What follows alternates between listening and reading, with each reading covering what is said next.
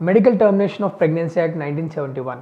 ఈ యాక్ట్ యొక్క మెయిన్ ఉద్దేశం ఏంటి అని అంటే, ఒక మైనర్ బాలిక కానీ ఒక రేప్కి గురైన మహిళ కానీ వాళ్ళ గర్భాన్ని కంటిన్యూ చేసుకోవద్దు అని ఉన్నప్పుడు 20 వీక్స్ లోపు వాళ్ళు డైరెక్ట్గా ఒక మెడికల్ డాక్టర్ని అప్రోచ్ అవ్వచ్చు. 20 to 24 వీక్స్ మధ్యలో అయితే ఒక medical doctor advice and authentication అవసరం. అదే 24 వీక్స్ అండ్ అబోవ్ ఉంటే ఖచ్చితంగా కోర్ట్ పర్మిషన్ తీసుకోవాల్సిన అవసరం ఉంది. Hello everyone, this is Bhagat Singh బెకెం, అడ్వకేట్ హైకోర్ట్ ఆఫ్ తెలంగాణ. రీసెంట్గా సుప్రీంకోర్టు ఒక 17-year-old అమ్మాయి, ఒక మైనర్, తన ప్రెగ్నెన్సీని అబార్ట్ చేసుకుంటాను అని కోర్టులో మెట్టెక్కి పర్మిషన్ తీసుకోవడానికి పిటిషన్ వేయడం జరిగింది. అయితే ఆ కేసు హియరింగ్ వచ్చే వరకు తనకి అప్పటికే 30 వీక్స్ ఆఫ్ ప్రెగ్నెన్సీ. మరి ఆ సమయంలో నిజంగా ఆ ప్రెగ్నెన్సీని కంటిన్యూ చేయాలా లేకపోతే తన ఇష్టాను ప్రకారం అబార్షన్కి పర్మిషన్ ఇవ్వాలా అని వాదోపవాదనాలు విన్న తర్వాత సుప్రీంకోర్టు తేల్చి చెప్పింది ఏంటి అని అంటే, ఒక మహిళ తనకి అయిష్టంగా, తనకి విల్లింగ్గా లేకుండా బలవంతంగా ప్రెగ్నెన్సీని కంటిన్యూ చేయమని చెప్పే అధికారం ఎవరికీ లేదు.